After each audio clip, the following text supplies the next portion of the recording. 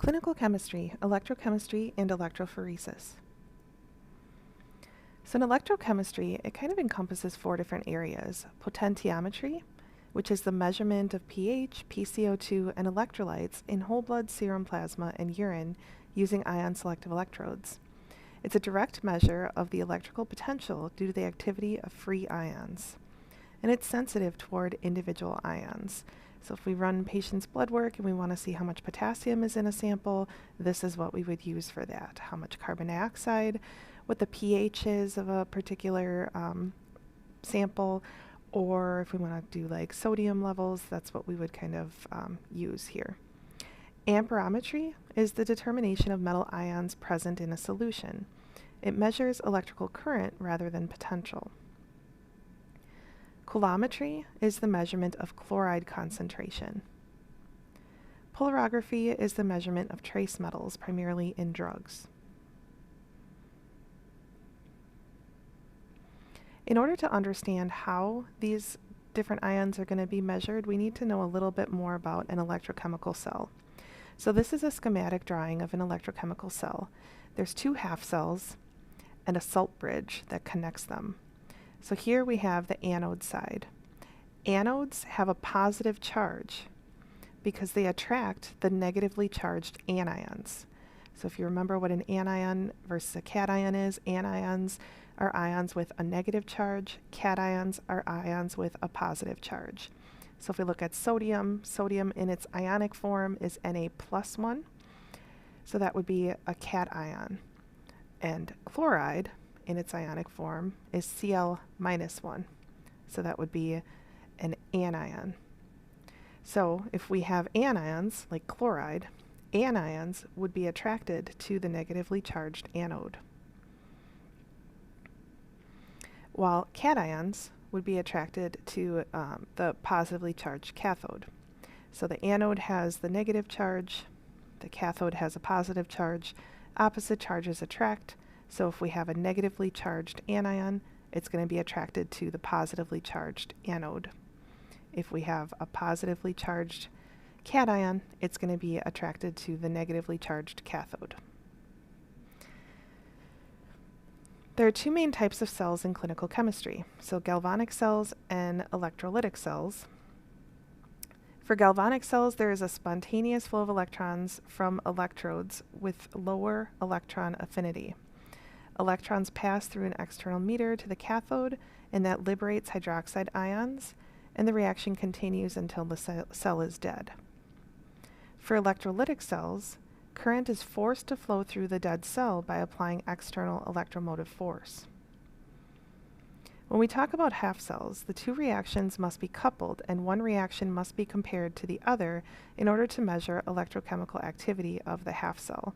So when we start looking at some of these electrodes, you'll see that there's going to be an electrode and then a reference electrode so that we can compare the two. Something else I did want to mention here is that sometimes, instead of having two separate half cells like this in enclosed chambers, sometimes we have one larger chamber. And that larger chamber contains a salt solution. So there's no need for a salt bridge, like a physical bridge between the two, because it's all one solution here. And the salt bridge is the salt solution that the anode and cathode are immersed in.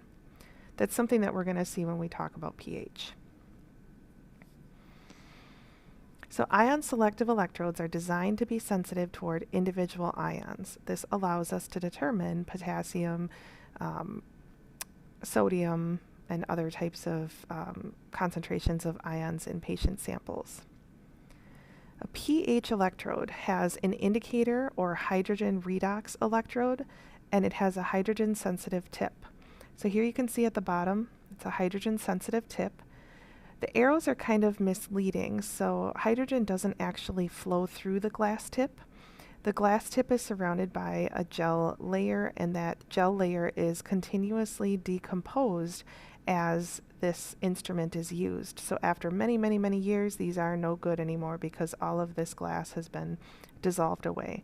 But it is a hydrogen-sensitive tip in that the hydrogen is going to interact with some substances at the tip, and that's going to allow for detection. Then there's a reference electrode. So we have the indicator electrode over here, and we have the reference electrode over here. As I mentioned, in order for those reactions to be measured, the two reactions must be coupled, and one reaction must be compared with the other to measure the electrochemical activity of the half cell. So we compare this to the reference electrode in order to get a reading. Liquid junctions allow for an electrical connection between the electrodes. There's a readout meter that gives us the actual pH of the solution.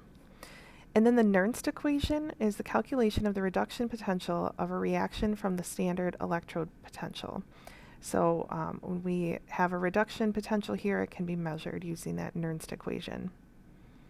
Calibration, so all of these must be calibrated using known solutions. And then with this pH combination electrode, this one's most commonly used. So what you can see is we have the indicator electrode and we have the reference electrode. But within the indicator electrode, we have an internal reference electrode.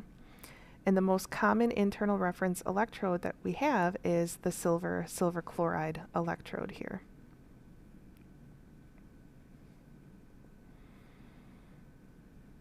So the main types of ion-selective electrodes include inert metal electrodes, and they are in contact with a redox couple. So the hydrogen electrode is an example of that. There's a metal electrode which actually participates in the redox reaction. So an example is that silver chloride electrode, and it's that internal reference electrode. Then there's membrane electrodes. So if we go back to this one, I talked about how hydrogen doesn't actually go through. It interacts with a membrane on the surface, this glass membrane here. So that's an example of a membrane electrode. There's also a calcium ion selective electrode that uses the membrane. Potassium has liquid membranes. Gas electrodes are similar to pH electrodes, but they're designed to detect specific gases. And the two most common gases that we can detect are CO2 and NH3. They're separated from the solution by a thin glass membrane, gas permeable hydrophobic membrane.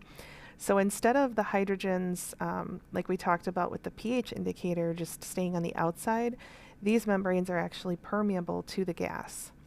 So what we do is we look at this bicarbonate equation. So if we start with carbon dioxide can combine with water in order to produce carbonic acid. And this is a reverse reaction, so it can kind of go back and forth here. So we have an acid reagent which converts all forms of carbon dioxide to carbon dioxide gas.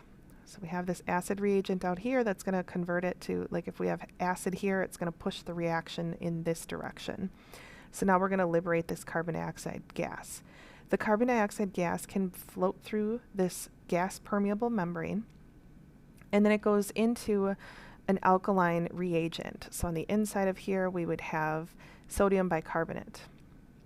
When it comes in contact with that, it's going to form carbonic acid, and then we have a change in pH that can be measured.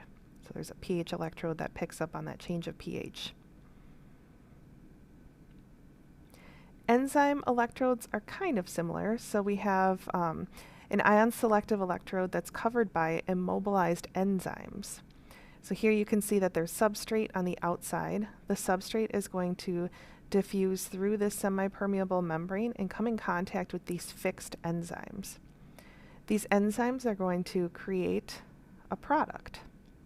And when they create that product, it's going to cause a change in pH. And that change in pH can be measured after the reaction is complete.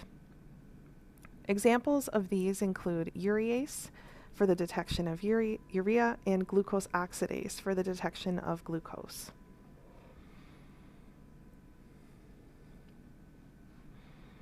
So now we're going to switch gears and talk a little bit about electrophoresis. Electrophoresis involves the migration of charged solutes or particles in an electrical field toward a cathode or an anode depending on the charge. 5 components. So there's the driving force or electrical power, support medium, which includes different types of mediums that the solutes can migrate through. We use paper, cellulose acetate, polyacrylamide gel, starch gel, agarose gel film, depending on what assay we're performing. And there's many other types of support medium that exist. These are just a few examples that are listed here. If we have a thicker medium, it's going to slow down migration. So the thicker the medium or the more viscous the medium, the slower the migration is going to be, because those molecules are going to have a harder time working their way through a more thick or viscous medium as opposed to a thinner, less viscous medium. Buffers carry current and establish pH, and then the sample is going to be loaded into this support medium. And then there's a detecting system. So a detecting system can be the visible eye, so we can stain it with a dye and then we can just look at it. We can use a densitometer, so once we stain it, we can load it onto an equipment, a densitometer, that will determine the density of the different bands of separated substances. And then there's a different type of electrophoresis called capillary electrophoresis, which the detection is automated. And we'll talk more about these different types of systems as we go through here. Clinically, the proteins in serum, urine, CSF, and other body fluids are relevant in clinical chemistry. We talk more about DNA and such in molecular diagnostics, so we're just going to focus primarily on electrophoresis for proteins. So this is a typical electrophoresis chamber. So we have a positive here on this side, and we have a negative charge applied here on this side. We're going to apply our sample on the negative charge. Most of the time, we're going to add solutions so that the charge of our solute is going to get a negative charge. When we're talking about DNA electrophoresis, DNA naturally has a negative charge, so we put the stuff toward this negative side. As you remember, opposites attract, so if we have a negatively charged substance toward a negative on the side of the negatively charged electrode here, these samples are going to want to run away from it. So they're going to be repelled from like charges, and they're going to want to migrate toward the positive charge. So sometimes we call this run to red, and we say run to red so that we always remember the orientation of how we load the gel. Because if we happen to load them on this side, so we flip-flop this, then we start the power source, so our proteins are going to migrate in this direction, and then they're going to fall off into the solution, which I've seen happen quite a bit when teaching students how to perform gel electrophoresis in the lab. Misorienting this will cause your sample to just run off the gel, and that's never fun. So we load our sample, our negatively charged sample, on the negatively charged side of this, and then we turn on the electrical current, and the electrical current is going to cause the migration. Migration is usually based on the size, so smaller substances are going to migrate faster than larger substances. Smaller substances can more easily get through the support medium, and they can travel a lot faster. So we'll see a lot more migration in smaller molecules, and then very little migration in larger molecules. It can also separate based on charge. We'll talk about a deviated version of this electrophoresis, which allows for the separation of proteins based on their charge. There's, of course, some buffers in the buffer chambers. The buffer typically should be filled above the line of the gel because the buffer needs to control the current that's going through here. So the schematic drawing is a little inaccurate. We should have buffer all the way above the support medium so that can buffer continuously. So in order to understand why proteins or amino acids would migrate through a gel in a particular way, we need to have a little bit of a review of amino acids and the nature of proteins. So an amino acid has this amine group, NH2, and it has a carboxyl group, COOH. And then there's the functional group in the side chain in the center. And this can be charged or not charged depending on what the functional group is. But by itself, if we look at these two functional groups, the amine group and the carboxyl group, the amine group has the potential to gain a hydrogen ion, and that will end up giving this a positive charge. The carboxyl group has the potential to donate a hydrogen ion, and that has the potential of giving this a negative charge. If we have this form, the negative and positive cancel each other out, and we call it a Zwitter ion, and that's the ionized form of the amino acid, but it's overall uncharged because the positive and negative kind of cancel each other out. Amino acids can serve as a buffer. So we have the amino acid buffer system within our body, where if we need to adjust the pH of our surroundings, this amino acid can gain a hydrogen in order to reduce the pH, or sorry, increase the pH, and this one can lose a hydrogen. So the impacts, this impacts the charge of the amino acid. It can be forced to donate or accept electrons to change their charge in response to the pH of the environment. So if the pH of the surrounding solution is acidic, we want to make that less acidic. So we're going to try to suck up some of those hydrogen ions that are freely floating. So the hydrogen is going to bond here, and this is going to become more positively charged. If the pH of the environment is alkaline, we're going to want to neutralize that pH, and we're going to want to donate hydrogen ions to try to get that to be a little bit more neutral. So then it's going to take on a negative charge.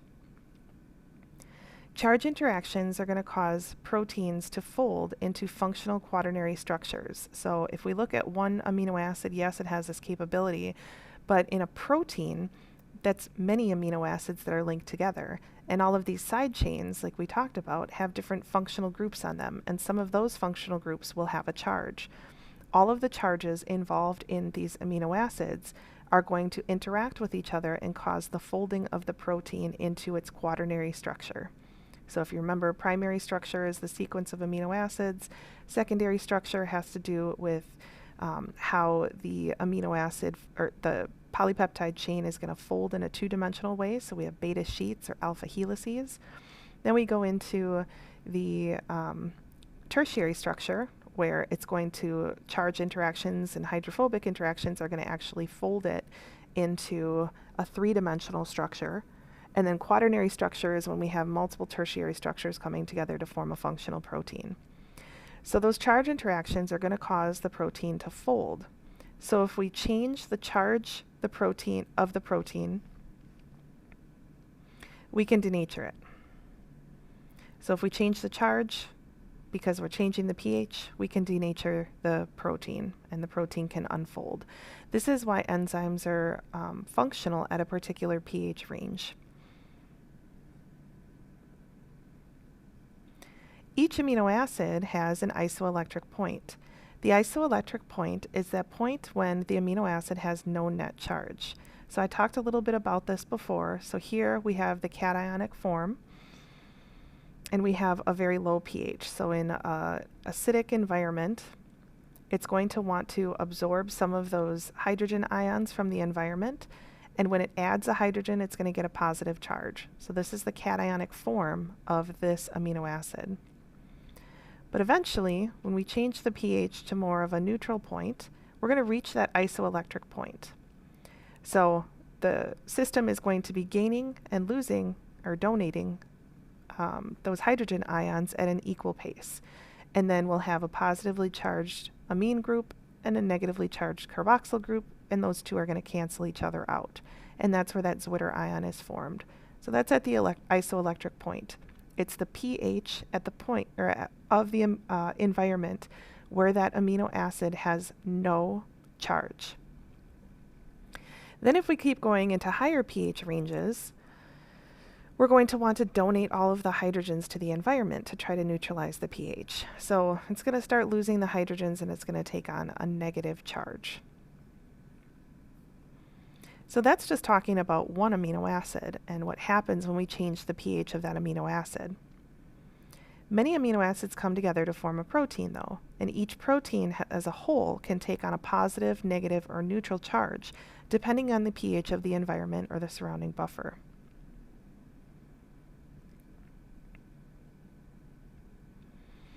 So in protein electrophoresis, for protein electrophoresis, an alkaline buffer will cause the ionization of the carboxyl groups, which produces a negative charge. Let's go back here. we're going to have an alkaline pH. So we're going to be in the higher pH range. And what's going to happen when we put an amino acid in a higher pH range? Well, it's going to lose its hydrogens because it's going to donate them to the environment to try to take on a negative charge, or to try to balance out the environment. So when it's at this higher pH, it's going to take on a negative charge. We want to start with negatively charged proteins, because then when we put them into our system, and let me just go back to this schematic drawing, when we have our negatively charged proteins applied into the negatively charged range, then we run to red. We're going to run toward the positive charge, and that's going to separate out those proteins. Serum samples are applied to close to the cathode end of the support medium that is saturated with an alkaline buffer. The support medium is connected to 2 electrodes, and the current is passed through medium to separate the proteins. The speed of the migration depends on the degree of ionization of the protein at the pH of the buffer system, in addition to the size and shape of the protein, temperature, electrical field strength, and buffer. This is another very important point here, the electrical field strength. So when we turn on an electrophoresis chamber, we want to make sure that we're applying the correct voltage for what we're trying to accomplish. If we were to turn on the electricity for this system, and we set the electrical current very low, what's going to happen is proteins are going to migrate through here at a very slow pace. So after like an hour of sitting here, they may only migrate, a very short distance at lower voltages. There's some applications for that. So sometimes the proteins are pretty close in size and charge, and we want to really accurately separate out those proteins. Or if we're talking about DNA electrophoresis, we want to accurately separate out those bands. So running it at a lower voltage is going to have slower separation, but more clear separation. If we run this at a higher voltage, it's going to increase the migration through the medium. So it's going to cause samples to run through very quickly. It's going to look kind of sloppy and kind of messy. The bands aren't going to look very nice. But sometimes we just want to see, like, is it there or not? Is the band we're looking for present? And that's just a quick way to kind of do it. Most assays are going to go in between those two extremes, so they're going to give you a moderate voltage to apply to the gel, and then that's going to give you adequate separation. But there are some instances where you would have lower voltage for slower migration or higher voltage for faster migration. And then that note there, I think I mentioned this previously, but DNA electrophoresis is not commonly performed in clinical chemistry specifically. So that's going to be discussed in molecular diagnostics. So if we look at this, we have the cathode, the negatively charged side, and then the cathode is where the cathode side is where those samples are going to be loaded, and then we apply the electrical current, and the samples are going to start running toward the anode. Why are samples running toward the anode? Well, we have a high pH, which has caused all of our proteins to take on a negative charge. So when we have negatively charged sample, it's going to be repelled from the negatively charged cathode, and it's going to want to migrate toward the positively charged anode. So eventually we're going to see the proteins separate out here by size and charge.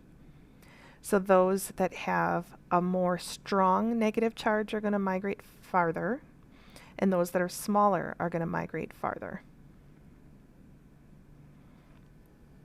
I just want to mention this system because this is a pretty common system for separating proteins by size and charge. Sodium dodecyl sulfate polyacrylamide gel electrophoresis, SDS page. So with SDS page, we use a very thin gel that's in a cassette. We have anode buffer and cathode buffer, so there's two different types of buffers. And then we're going to use a specialized syringe in order to place the samples into the top of the gel. So instead of running on a plane like we would for DNA electrophoresis, we're going to run it into the top. And then when we apply the electrical current, the current is going to actually draw the proteins down, and they're going to be separated by size and charge. So at the end, this is what we'll see, separated protein bands. Every time we run a gel, we always run a control with it. and the control is typically a marker of known proteins of known kilodalton sizes. So we know that proteins of a particular size are going to run in this direction, and that can also serve as a reference point for when we do see our bands. We can kind of compare them to that marker and determine the overall, the estimated kilodaltons or size of the proteins in the band that we're seeing. So in serum protein electrophoresis, the protein fractions are fixed by immersing the support medium in an acid solution to denature and immobilize the proteins. Proteins are then stained and appear as bands on the support medium. The membrane is inspected visually or with a scanning densitometer. So we can just look at these bands and we can see what they might be, or we can use a densitometer that's going to detect the density of the protein in the sample and the location of where that protein is in the sample, and we can get a lot more information from that. I also wanted to mention hemoglobin electrophoresis. So this was mentioned back in Clinical Chemistry 1. So with hemoglobin electrophoresis, we have the cellulose acetate membrane and the citrate agar membrane. And then there's a point of origin, which is different depending on what membrane we're using. So with the cellulose acetate, the pH is high. It's at 8.4, so this is an alkaline solution. In this membrane, all of the proteins are going to be negatively charged. So we're going to want to load all of the samples toward the negatively charged cathode. And then when we put the power sample on, or the power supply on, they're going to migrate through based on charge and size. So samples are going to migrate in this direction toward the positive. With a citrate agar, we actually have a pH of 6 to 6.2, so that's slightly acidic. So what happens at that level? Well, some proteins are going to form those Witter ions where they kind of cancel each other out. Excuse me. And they're going to have a neutral charge. Others are going to take on a positive or negative charge depending on where their isoelectric point is. So here we are going to load the samples in the middle. When we turn on the power supply, the samples are either going to migrate toward the positive or toward the negatively charged electrodes.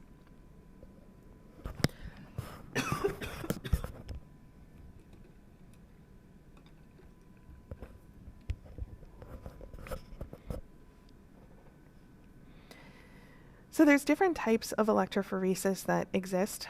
We talked about that hemoglobin electrophoresis. Now we're going to talk about isoelectric focusing. So in isoelectric focusing, we have a pH gradient in our support medium. So there's a pH gradient.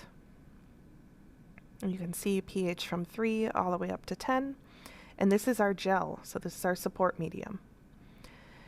At different pHs, these proteins or these samples are going to take on different charges.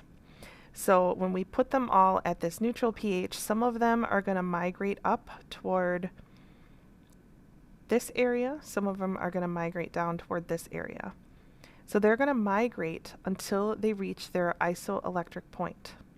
Their isoelectric point means that they have no charge anymore. So if they don't have a charge, they're not going to move toward positive or negative. They're just going to stop. And then we can separate them that way. So we're separating them basically using pH to separate them on their charge.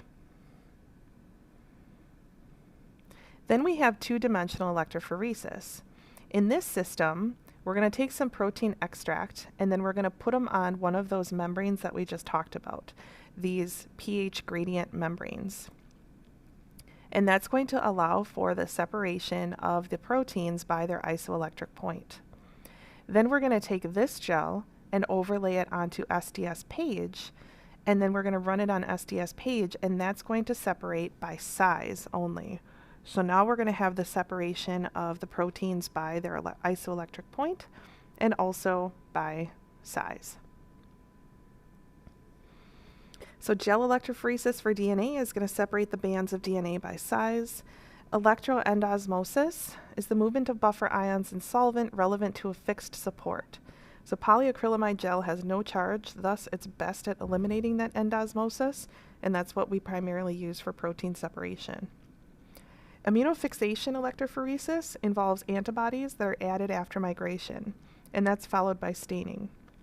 The key here is to detect specific proteins within a sample. So we run the proteins out, we're going to add an antibody solution. If the antibody recognizes that specific protein, it's going to bind to it, and then it's going to form a complex. So then when we stain the membranes, we're going to see that better. We're going to see that strong complex that was formed, and then we can basically identify the protein at that point. Capillary electrophoresis is commonly performed now, so it's the separation through capillary tubes using electroosmotic flow.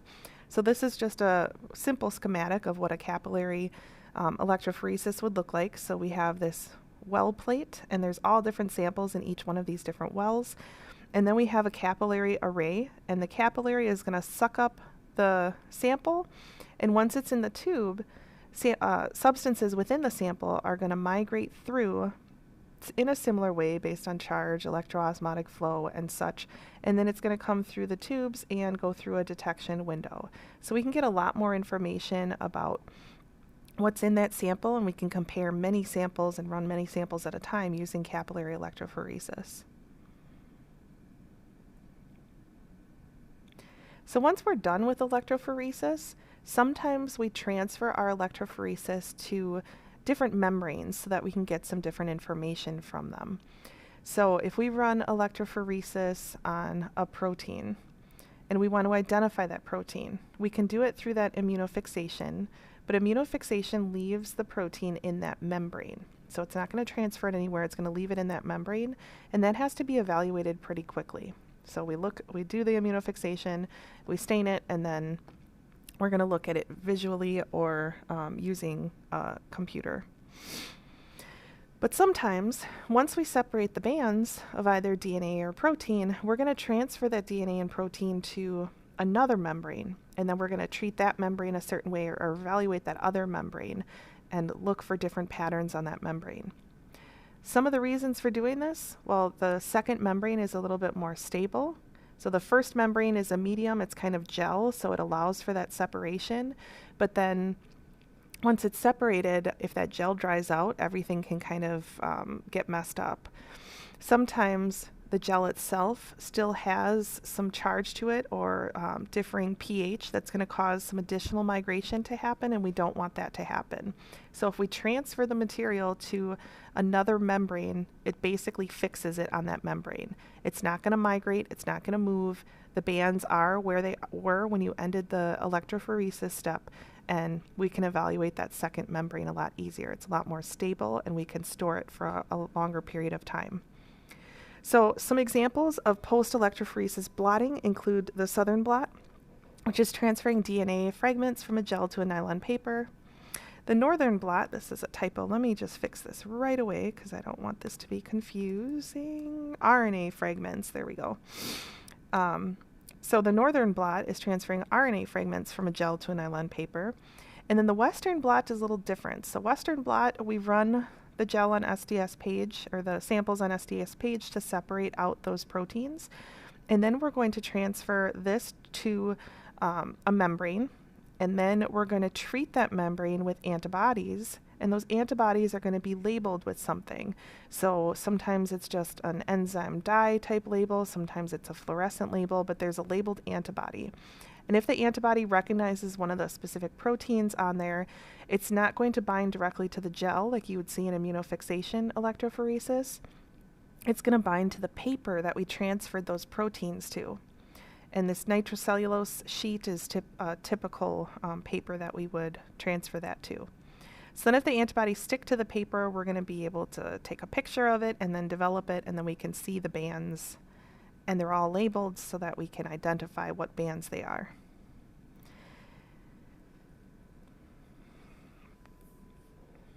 So now just a little bit about osmometry.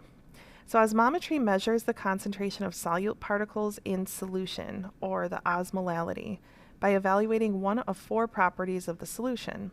the osmotic pressure, vapor pressure, boiling point, and freezing point.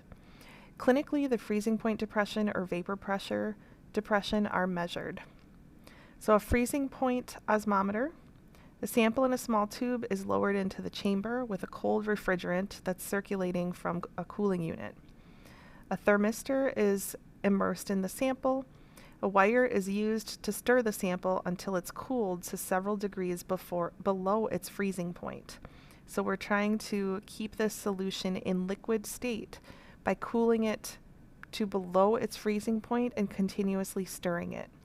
Crystals, or the solid state, isn't necessarily going to form, so it's not going to freeze directly because inside the system there's nothing that agitates the crystals or causes the crystals to form. So we call it a supercooled solution, so it's still in liquid form. Once it's below its freezing point, then we're going to agitate it, or we're going to add some crystals, and we can elicit freezing, and then the temperature is going to rise to the freezing point, and we can measure that temperature at that time. So that's just one example of an osmometer.